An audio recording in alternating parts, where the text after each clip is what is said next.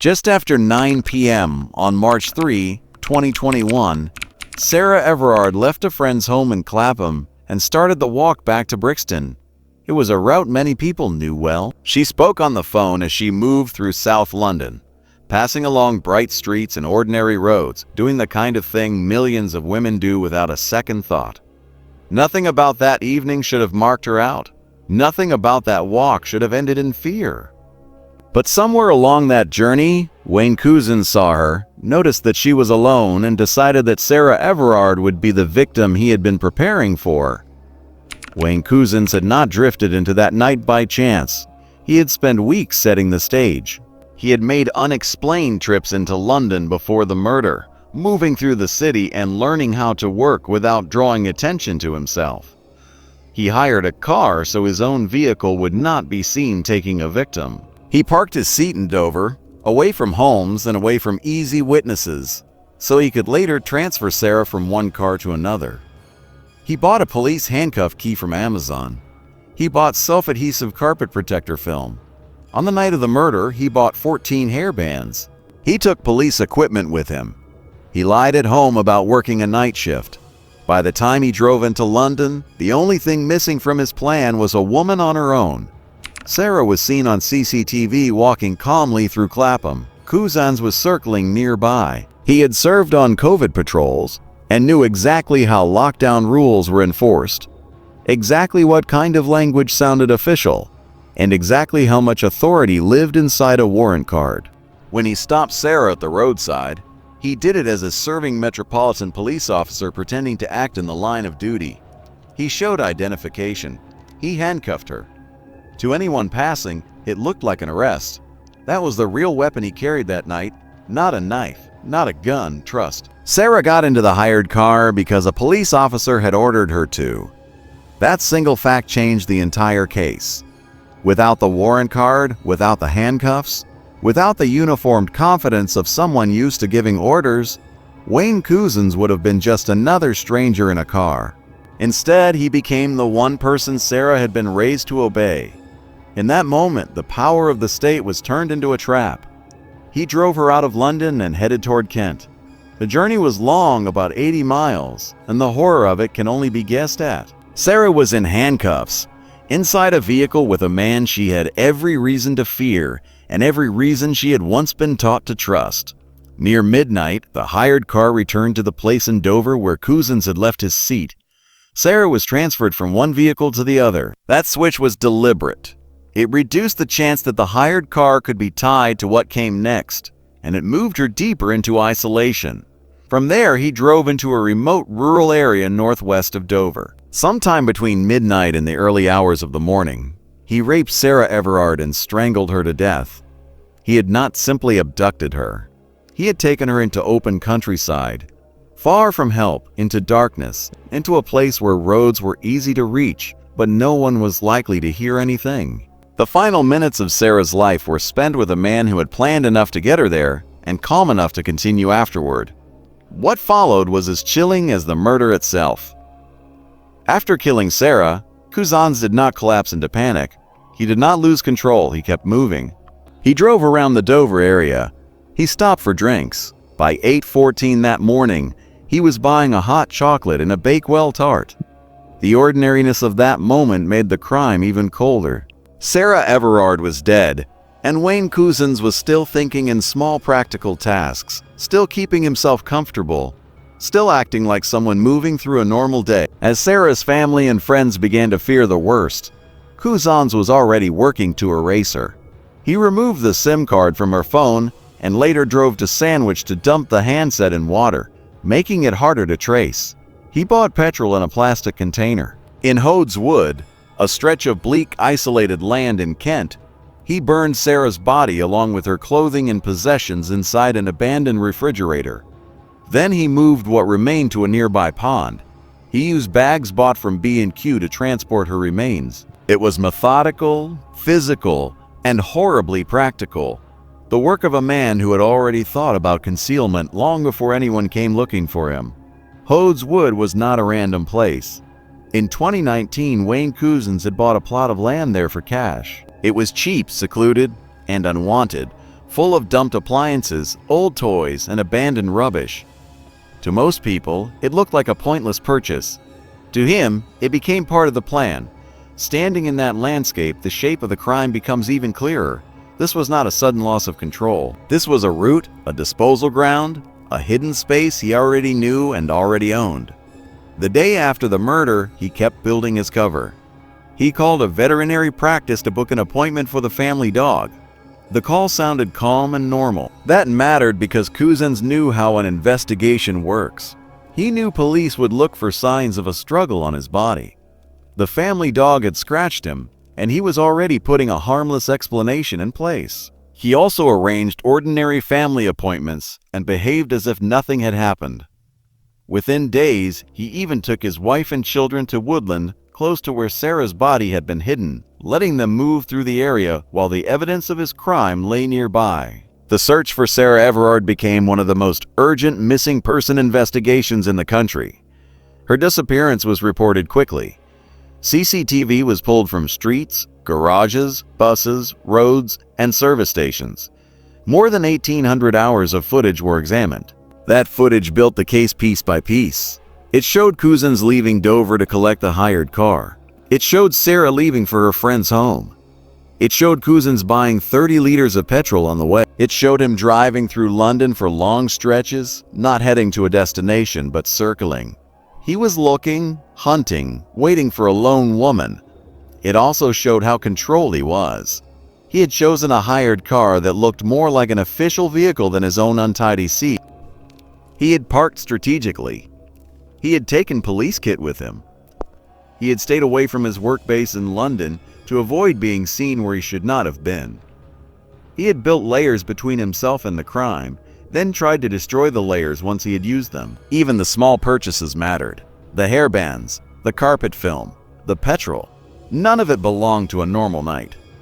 When officers arrived to arrest him, he was still thinking like a man trying to outplay the system.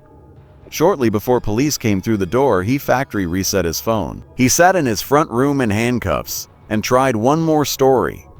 He claimed he had been forced by a gang to abduct women and hand them over. He cast himself as a man under threat, a victim protecting his family. It was a lie detailed enough to sound prepared but false from the first word.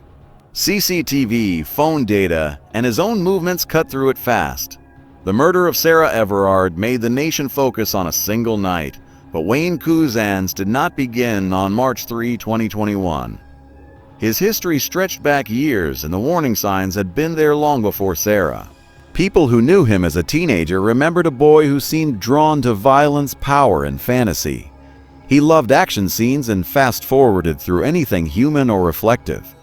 He played at missions in camouflage gear. He handled weapons as toys and treated pain like a joke. In one incident from his youth, he shot another boy in the groin with a revolver from behind and laughed. In another, he helped arrange a beating for a former friend. The pattern was already visible. Humiliation amused him, power excited him. Other people's fear did not matter. By 1989, he was working at his family's garage, where a colleague later described him as interested in violent pornography. In 2002, during time with the Territorial Army, he was involved in an incident of a sexual nature. That history did not stop him moving on. In 2007, he became a special constable in Kent. He polished the image hard, immaculate boots, the right equipment, the right stance. He understood appearance. He understood performance. On the surface, he could look like the kind of man institutions reward. Later, he joined the Civil Nuclear Constabulary, guarding nuclear sites. It was there that a darker reputation followed him. He spent 7 years in an armed role at lonely, high-security locations, gaining experience with firearms and building the credentials that would later help him transfer forces. Somewhere along the way, colleagues gave him a nickname that should have ended everything before it truly began. He was known as the Rapist. Nicknames like that do not appear out of nowhere. They grow from conduct, rumor, behavior, and the kinds of things people see and choose not to stop. In 2015, he was linked to an allegation of indecent exposure. It was not enough to derail his career. He kept moving. In September 2018, he joined the Metropolitan Police.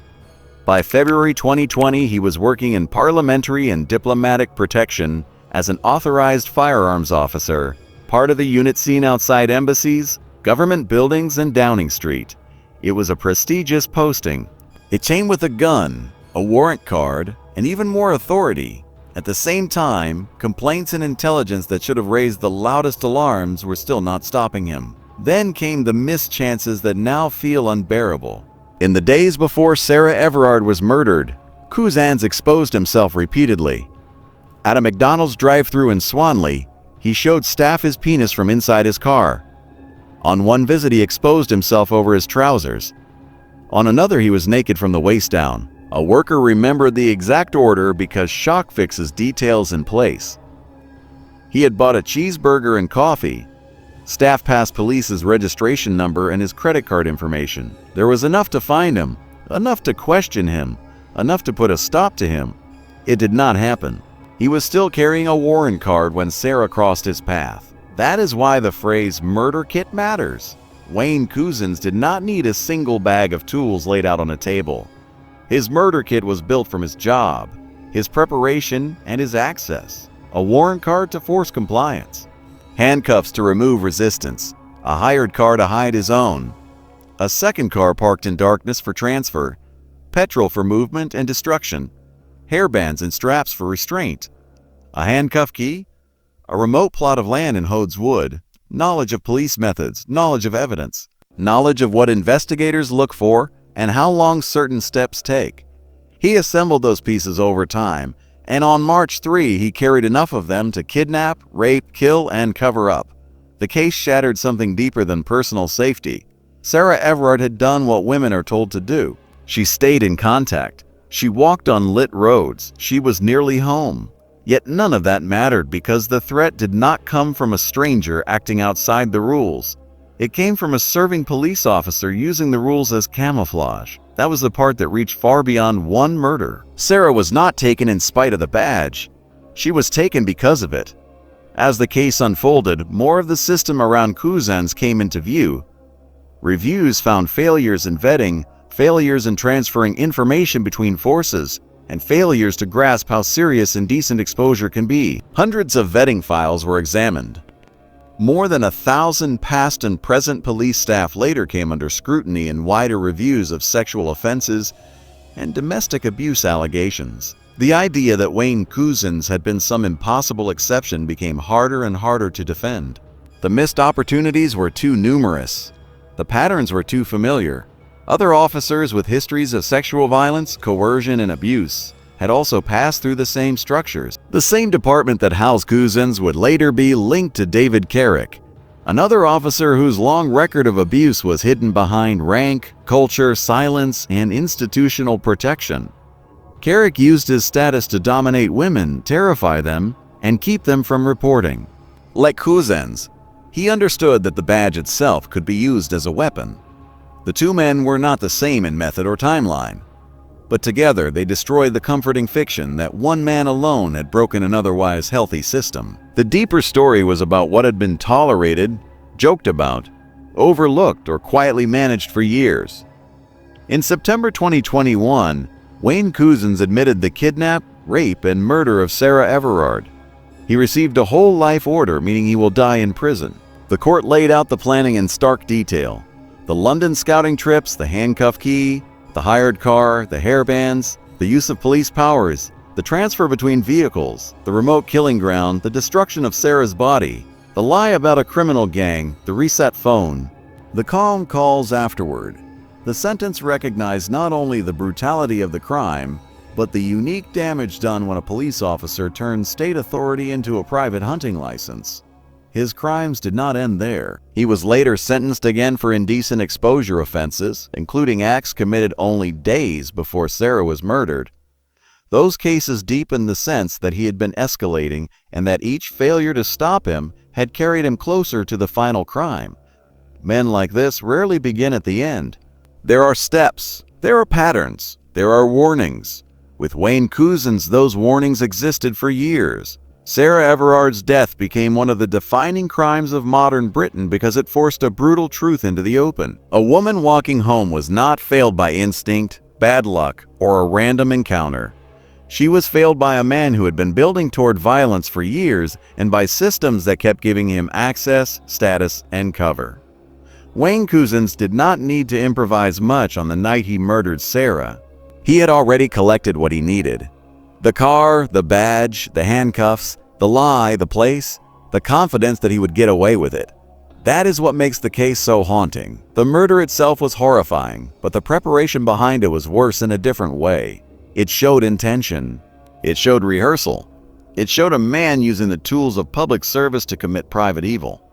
Sarah Everard was not chosen because she knew him, or because she had crossed his path before, or because of anything she did. She was chosen because she was there alone, and Wayne Couzens had spent enough time preparing for that exact moment. In the end, Sarah's name remained at the center of everything. Not his excuses, not his lies, not the stories he told once the door closed behind him. Sarah Everard was a daughter, a sister, a friend, a woman walking home through London on an ordinary night. Wayne Couzens turned that ordinary night into one of the most infamous murders in recent British history. He used the trust people place in police to get close enough to destroy a life.